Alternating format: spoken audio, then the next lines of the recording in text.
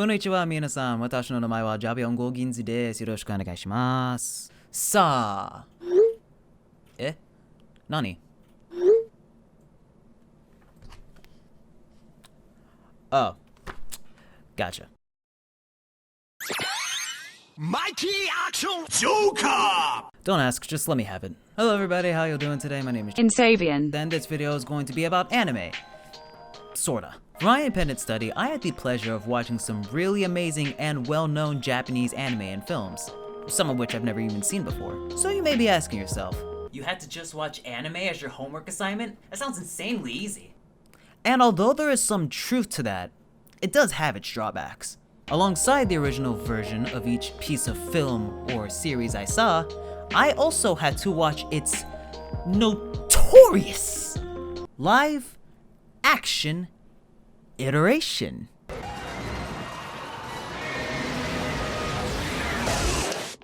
Don't let your kids watch it!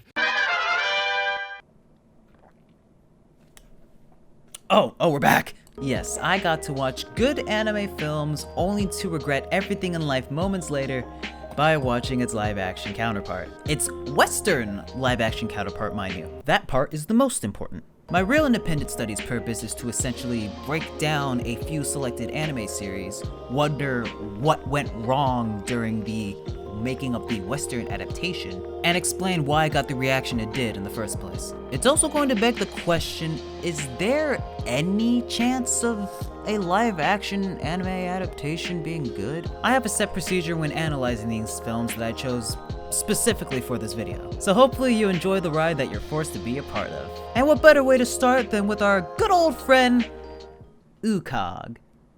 Dragon Ball Evolution, April 10th, 2010. I'm sorry, do you want to go up here and present to the class? Huh? Yeah, that's what I thought. Wear new clothes, too. Dragon Ball Evolution, April 10th, 2009. I'm going to assume you at least know of the series in name and Goku as a character, but in case you're unfamiliar with it, this film was supposed to take place during the original anime known simply as Dragon Ball. Not Dragon Ball Z, Kai, GT, or Super, just simply Dragon Ball. The manga was first published on December 3rd, 1984, while the animated series was released on February 26, 1986. The show was about our protagonist, Goku, a fun-loving character enjoying life, finding and collecting Dragon Balls that, when all 7 are collected, can grant a wish from the almighty dragon, Shenron. The series itself mostly centers around martial arts, and we get to see Goku grow up as a prominent martial artist as he defeats enemies such as the Red Ribbon Army, and eventually, the Grand Demon King Piccolo. Now let's refer to Dragon Ball Evolution. Oh boy. We'll first address that this man right here, is Goku. This part needs to be pointed out because there's going to be a very consistent theme in some of these live-action movies. Goku is just your average teenage weirdo senior student in high school, and when he's not training in martial arts, he's learning to overcome his martial hearts with his crush Chi-Chi. Now he must collect the Dragon Balls, defeat Piccolo, and get the girl, and prom's tomorrow. Whoa! Or something like that, I don't know, man. In this movie, Goku has an identity crisis and hates how he looks, so much to the point he tries to fit in by gelling down his hair? He's also in high school. Goku was raised in the woods! This is just playing into the common Western trope of boy in high school with problems. There are also bullies that he fights that gets him street cred for what, 5 minutes? It also doesn't help that the Dragon Balls themselves are treated like they're scientifically made or something. They're basically magic, and at some point Bulma calls them Prometheum orbs or something? Oh yeah, Bulma! In the original source material, she was a mechanical mastermind creating such items as the Dragon Radar in order to help find the Dragon Balls. In this version, she has a gun. I could also talk about how these werewolf not great apes were enslaved by King Piccolo in a far-off past, but let's not. What went wrong here? The director, James Wong, and the screenwriter, Ben Ramsey, knew nothing about Dragon Ball in general, and didn't even prepare for it when making the film. Ben did eventually apologize for how the movie ended up around 3 years back, even though he initially took the job to get paid, but oh well, the damage is done now. Even the creator, Akira Toriyama, was extremely upset at the production process and end result of the movie, since he had been there to add suggestions to the film to at least make it tolerable, such as making it take place in an alternate universe. Yet, no one had listened to him, so he left the team to do anything else than this. This movie had no love or care for the original source material, and it shows. The next film is going to be interesting to talk about because it wasn't that bad, surprisingly enough. Death Note. Now wait! It's safe to say there are some grunts here and there, but hear me out. Not after we quickly go over the original source material's background information. Death Note was created on December 1st, 2003 by Sugumi Oba in manga format, then adapted into an anime on October 6, 2006, just 5 months after the manga's completion. The story is about Light Yagami, a high school genius who stumbles across a mysterious otherworldly book, the Death Note, which belonged to the Shinigami, Ryuk, and grants the user the supernatural ability to kill anyone whose name is written in its pages. The series centers around Light's subsequent attempts to use the Death Note to carry out a worldwide massacre of individuals who he deems morally unworthy of life, to change the world into a utopian society without crime, using the alias of a godlike vigilante, Kira, because it sounds like killer, and the subsequent efforts of an elite task force of law enforcement officers consisting of members of the Japanese police force led by L, an enigmatic international detective whose past is shrouded in mystery, to apprehend him and end his reign of terror. Honestly, the wiki did a better job at explaining this than I would've, so we're using that. Back to the live-action film, Death Note, August 25th, 2017. We shall first address that our main protagonist, Light Turner, in this film is but he's also a big fat wuss. Thankfully, this only lasts about 5 to 10 minutes into the movie, because if it was any longer than that, I'd write my own name in this freaking book, man. Get me out of here. You know what? I can hold out a little longer. The setting takes place in an American high school. What?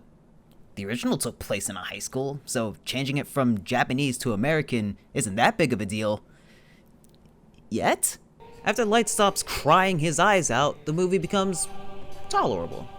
Not because of Light. Definitely not because of Light. This man is easily manipulated by this cheerleader chick named Mia, who's supposed to be a different Death Note user. My god, is he desperate. Man, this part of the script is going to be riddled with caps lock comments, I'm sure of it. The reason why this movie becomes tolerable is because of two characters, L and Ryuk. And boy, do they carry this movie. Ryuk is played by Willem Dafoe, who's somewhat of a Shinigami himself, you know. That joke, I'm sorry. Ryuk in this movie is the same interesting neutral party he was in the original, and although he doesn't show up throughout the entire movie, whenever he's on screen, it was an entire treat. He's literally here just to poke fun at Light and watch things unravel before him.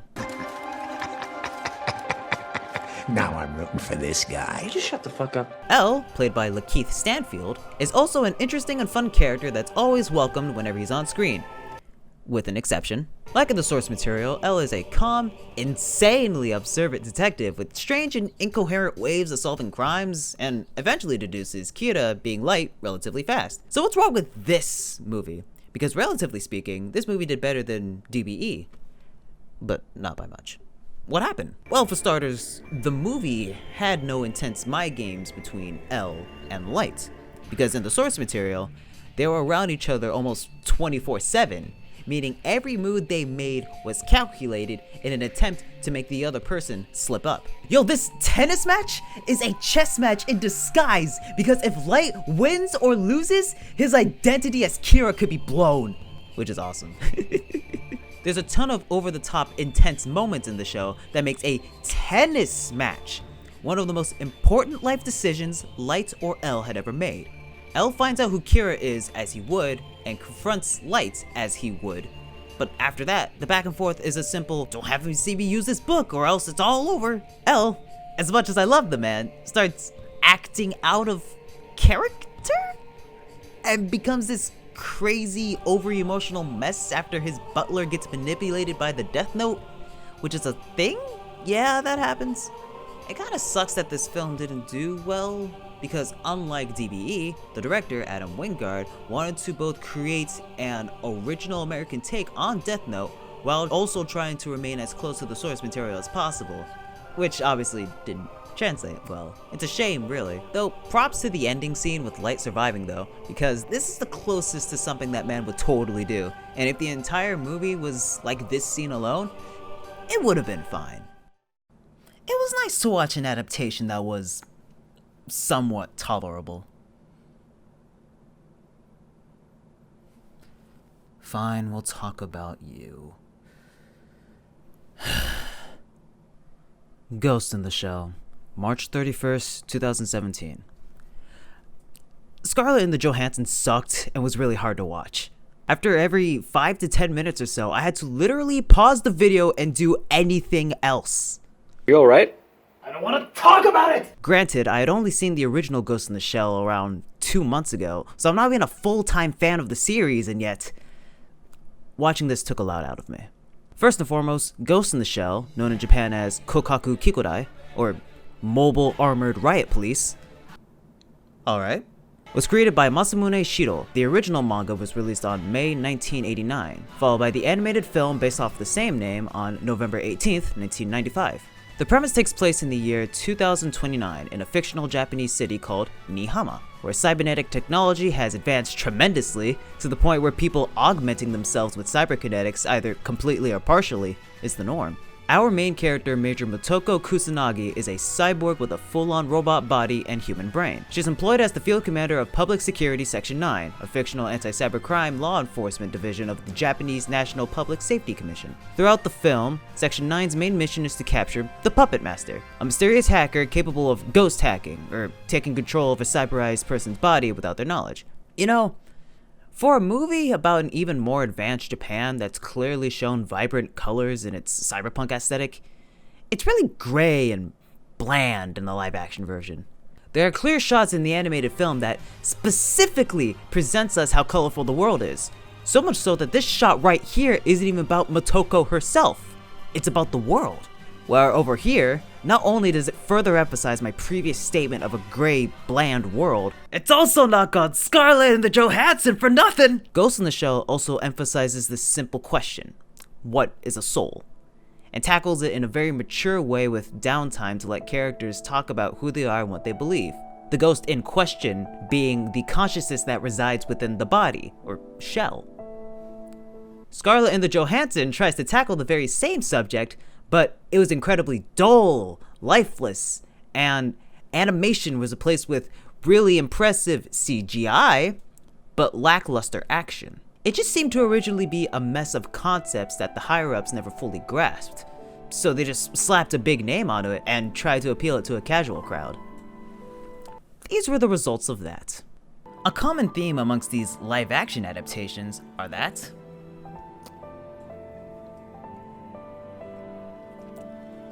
the lead actors are white. Not that there's anything wrong with having a white person be a lead role in general, depending. And this is that depending. Dragonball Evolution had a white leading cast member because Death Note's reasoning was because they wanted to give it a more American take. Okay. S and the J's reasoning is because since Motoko has no set race, she could have been played by anyone. Well, if that's true, why wasn't she just played by an Asian? Don't get me wrong, Scarlett Johansson is a solid actress, but we're familiar with whitewashing in America, and I found some alleged info that adds fire to that flame. Apparently, socialist and pop culture geek Nancy Wang Yuan was told by a casting director, quote, "I work with a lot of different people, and Asians are a challenge to cast because most casting directors feel as though they are not very expressive." Okay. They're very shut down in their emotions. If it's a look thing for business, where they come in, they're at a computer, or if they're like a scientist or something like that, they'll do that. But if it's something where they really have to act and get some kind of performance out of, it's a challenge. End quote. This was in 2017, by the way, and there was a rather accurate Twitter response to this comment. Whew! Good thing they casted this super expressive actress instead. followed by these pictures. The reason why I bring this up is because these controversies were also one of the main reasons why ratings went down. As a follow-up for Asians aren't expressive, this is my response.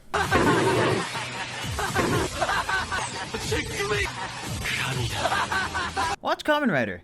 It gets crazy. I can't even yell that hard anymore because of how disappointed I was when I was watching this. Although there's been a very consistent history of terribly adapted live-action movies in the West, it doesn't necessarily mean there's no way of stopping these bad movies from being made. If anything, S and the J had sparked some light to whitewashing, which has been a thing for a long time. I believe at some point we're going to get an anime-adapted film done with the same love and storytelling of, say, Detective Pikachu, strangely enough, and just make a live-action film taking place inside the world itself without directly correlating the plot within the original source material. Unless they can pull it off. The future of anime live-action movies isn't dead yet. At some point, someone's going to get it right, and once that happens, we'll finally be starting off in the right direction. Thank you for watching. Sorry for taking up so much of your time just to listen to me complain about anime. Let me know about whatever live-action movie you saw, liked, or disliked about it. Results may vary. Thank you for your time, and I'll be seeing ya. I'm also gonna play my outro because it's been a while.